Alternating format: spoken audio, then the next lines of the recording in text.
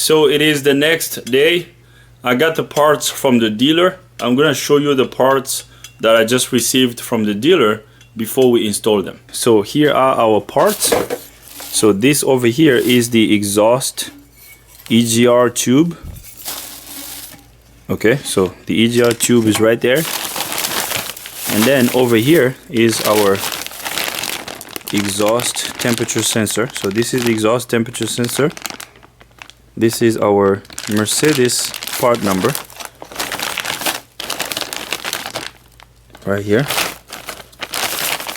Okay, I also got the seals for the silencer, and these over here are the seals for the EGR tube. And then over here is our turbo actuator. Okay, so this is the actuator. All right, and I also got the fuel filter. This is the part number. Okay, as you can see, we got OEM parts.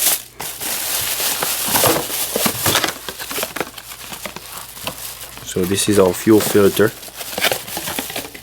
I figured while we're here, we might as well replace the fuel filter also. Okay, so I pretty much got all the parts besides the charge air cooler. We have to wait a couple more days to get the charge air cooler. Okay, so while we have this, we're gonna install what we have first, and when the charge air cooler comes in, we will install that afterwards. I'm gonna show you how to replace the actuator. Replacing the actuator is pretty straightforward. I'm gonna show you how to do that, but I won't show you how to replace this tube, because replacing this tube is a pain in the butt. It's just at a very bad angle, and I won't be able to show you where this tube is and how to remove it, because it's literally on the back of the engine and it's so tight back there, so I won't be able to show you. I can at least show you how to replace the actuator over here on the turbo, but the EGR tube back there, I won't be able to show it to you guys. Okay, so I'm gonna replace the actuator first, then we're gonna install the EGR tube, and after that we're gonna wait for the charge air cooler to get here. So now let's replace this actuator. So I'm gonna start by removing the air filter box.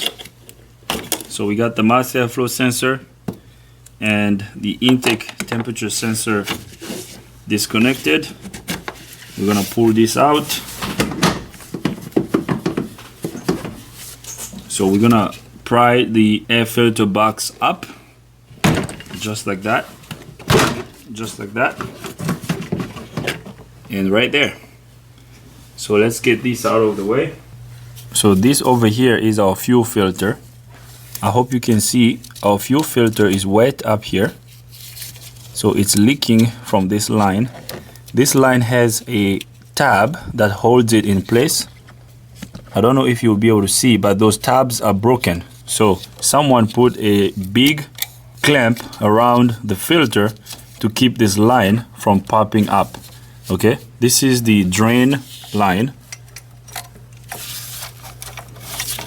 Okay, so we're gonna have to replace this line also to prevent fuel from leaking past over here, past this line. So we're gonna replace the actuator. I'm gonna undo this clamp over here. So let's undo this. Let's disconnect this heater.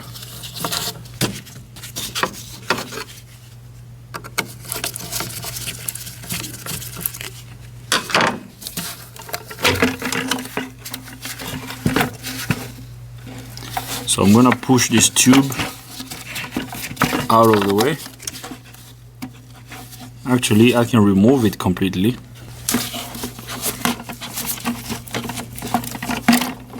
Okay, so now I can take this out of the way. Let's keep that out. Now I'm gonna disconnect the actuator. I'm gonna disconnect the electrical connector of the actuator. right here. So now the next step is gonna be removing the heat shield of the turbo. So we gotta remove this heat shield so we can get to the back of the actuator and undo these 3 10mm bolts that hold the actuator on the turbo housing.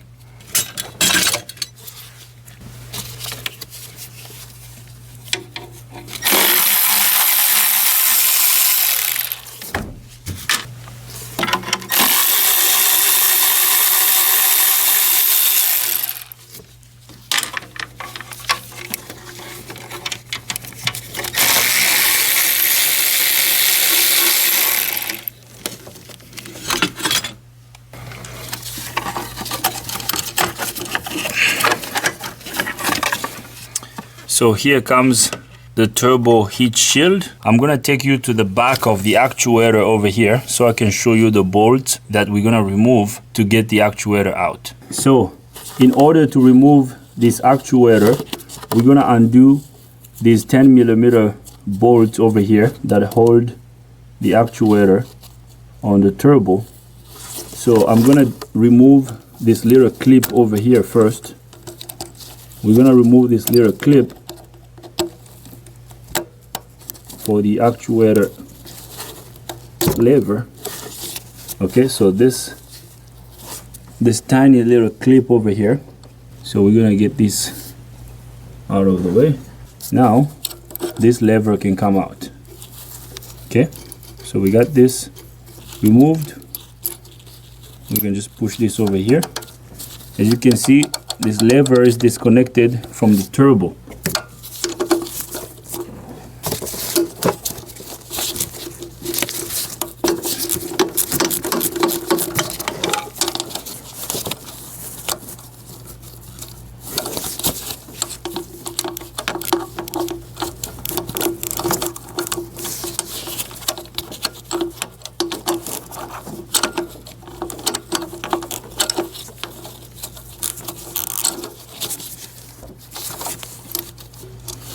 So I got the bottom bolt removed. So now we're gonna remove this one over here. Okay, so we got the second bolt removed.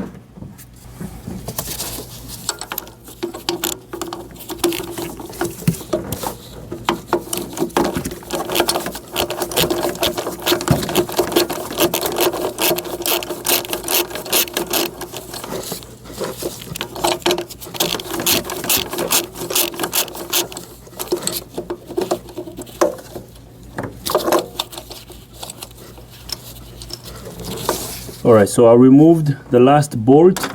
So now here comes our turbo actuator. Okay, so here is the old one.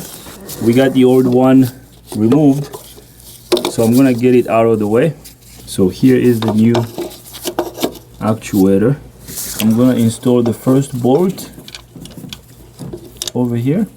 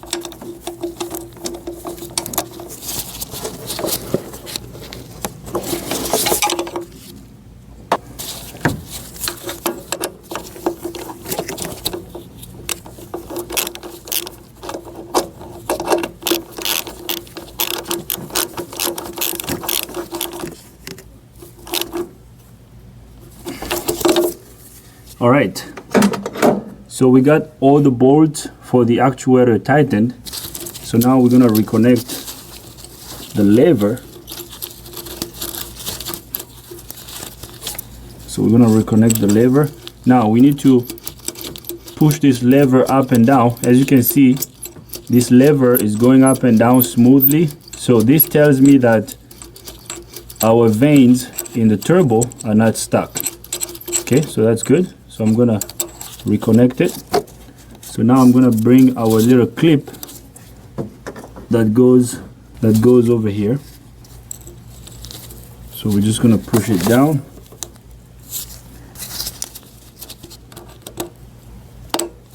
So just like that.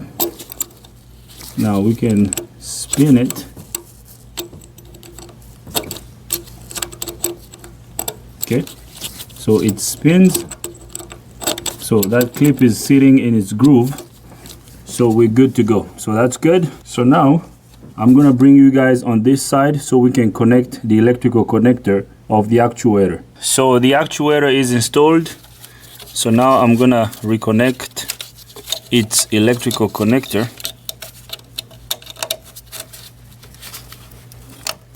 So just like that, reconnected, and we are back in business. So now what I'm gonna do off camera is I'm going to remove the EGR tube off camera. So the EGR tube is back there. This over here is the EGR tube and it goes down this way. I'm gonna do that off camera, and after that I'm gonna replace the exhaust temperature sensor also. I'm gonna do that off camera as well. Replacing this exhaust temperature sensor is really straightforward, and after that I'm gonna bring you guys back up so we can verify the installation of all these components. I am also gonna install the charge air cooler once it gets here. I'm gonna do that off camera. If you want to know how to remove and replace the charge air cooler on a Sprinter van, I recommend you watch my how to replace a charge air cooler on a Sprinter van video. I have a video I made a couple months ago about how to replace the charge air cooler on a Sprinter van. So if you want to know how to do that, I recommend you watch that video. I'm gonna replace all these components. After I get all these components replaced, I'm gonna bring you guys back up. I'm also gonna replace this line over here on top of the fuel filter. So I'm gonna do that off camera and then I'll bring you guys back up. I replaced the EGR tube. I'm gonna show you the new one that I have installed, and replacing this EGR tube was a pain in the butt. So here is the new actuator that we installed, and over here is our new EGR tube. Okay, so the tube goes from the back of the turbo down to the EGR itself. Okay, so that's the new one. Here is the old one. This is what I removed. So this is what was broken. Okay, so this piece over here is what broke, and this piece goes up here, just like that. Okay, so defective EGR tube, we're gonna trash this.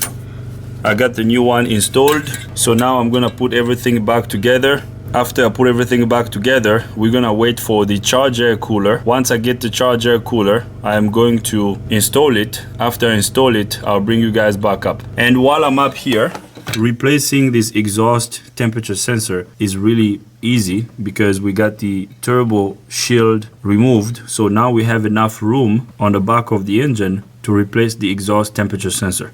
So I'm gonna replace all these components. I'll bring you guys back up after I get everything replaced. I removed the old charge air cooler. I'm gonna show you the new one before I install it. So here is the new charge air cooler. Here's the part number for it. And here is the old one. Okay, so this one is leaking from this area.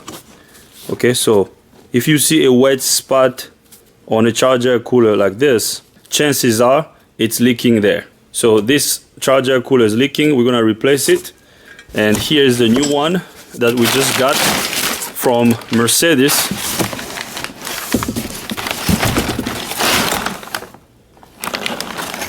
So here's our new charge air cooler. I'm gonna install this one, and after I get it installed, I'll bring you guys back up.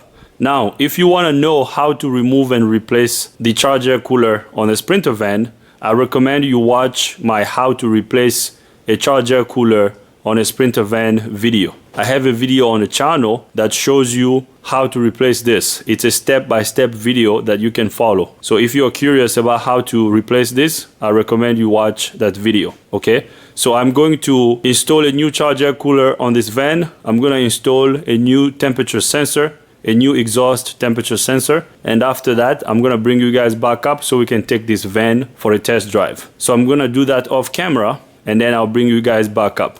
I got everything back together. Now we're gonna do a last check before we take this vehicle on a test drive to verify our repair. So here is our charger cooler that I have installed. As you can see, it looks nice and shiny. So right there. Okay, so now I'm gonna bring up the scan tool so we can check the turbo actuator. We're gonna actuate it with the scan tool, and after that we're gonna take this vehicle for a test drive. I replaced the fuel filter and the water in fuel sensor. I replaced the exhaust temperature sensor. I replaced the charger cooler, and I also replaced the turbo actuator. So this vehicle will run very well when we take it on a test drive. Okay, so let's check this actuator with the scan tool, and after that we're gonna drive this vehicle. So I got the scan tool connected to the vehicle. So now we're gonna use our bidirectional test to activate the turbo actuator. Now remember before, when we were actuating the actuator, it was making a clicking sound. I have replaced the actuator already. I hear the actuator. I'm gonna show you the actuator over here. So watch that lever on the actuator as I'm actuating it. So now I'm gonna go to the highest point right there.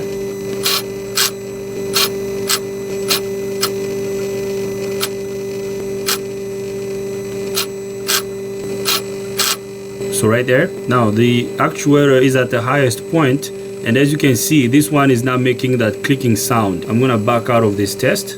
So everything is back together, so we're good to go. So now let's take this vehicle for a test drive. We are outside the shop. I got the data pulled up over here on the scan tool. I'm gonna graph the post-cat exhaust temperature sensor data PID.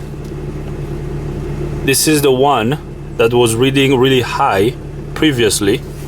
Okay, so now let's take this vehicle for a drive and see how it drives. Right now the check engine light is off and there are no trouble codes set in the engine computer. I did erase the trouble codes. So let's go for a drive and see what happens.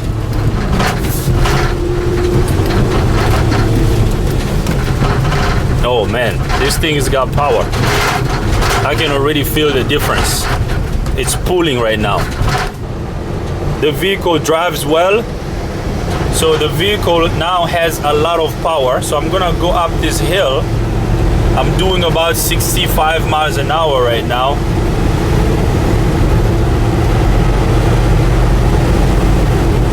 The vehicle's got a lot of power.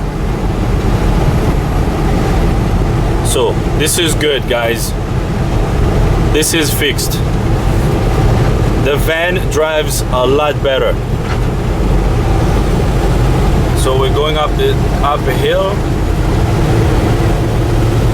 Nice.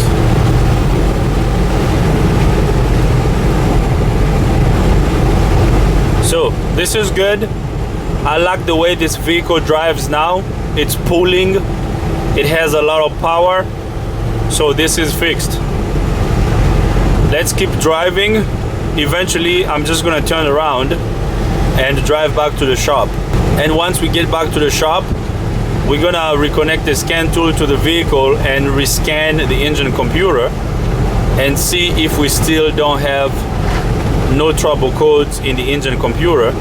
And after that we're gonna wrap up this video. But so far so good. I like the way this vehicle drives. So I'm doing about 70 miles an hour right now. So right there, I'm doing about 70. and I'm not pressing the accelerator pedal all the way to the floor. I'm like halfway right now. So this is good. We got a lot of power. Let's see what speed this van is gonna climb that hill. So right here, this is a little hilly section here. So we're doing about 45 miles an hour going up this hill.